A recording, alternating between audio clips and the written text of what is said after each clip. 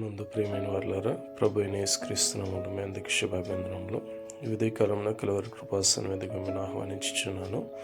న్యాయాధిపతుల గ్రంథం 12వ అధ్యాయం 8వ వచనం నుంచి, యెఫ్తా తరువాత బెత్లెహేము వాడైన ఇబ్సాను ఇశ్రాయేలుకు అధిపతిగా ఉండి వారిని 7 ఏండ్లు పరిపాలించినట్లుగా మనం చూస్తున్నాం. అదేవిధంగా జెబూలూనీయుడైన ఏలోను ఇశ్రాయేలుకు అధిపతి అయి 10 ఏండ్లు ఇశ్రాయేలుకు అధిపతిగా ఉన్నట్లు చూస్తున్నాం. తర్వాత పిరాతోనీయుడైన హిల్లేలు కుమారుడు అబ్దోను ఇశ్రాయేలుకు అధిపతిగా ఉండి అతడు 8 ఏండ్లు వారిని ఇశ్రాయేలుకు అధిపతిగా ఉండి పరిపాలించినట్లుగా చూస్తున్నాం. ఈ విధంగా యెఫ్తా తర్వాత ఇబ్సాను, ఏలోను, హిల్లేలు కుమారుడు అబ్దోను ఇశ్రాయేలుకు అధిపతిగా ఉండి వారిని దేవుడు నడిపించిన విధానంలో నడిపిస్తూ వారికి నెమ్మదిని, సమాధానమును దేవుడు అనుగ్రహించిన రీతిలో శత్రు దేశం నుంచి కాపుదలనిచ్చి కొనసాగించినట్లుగా చూస్తున్నాం. ఆమేన్.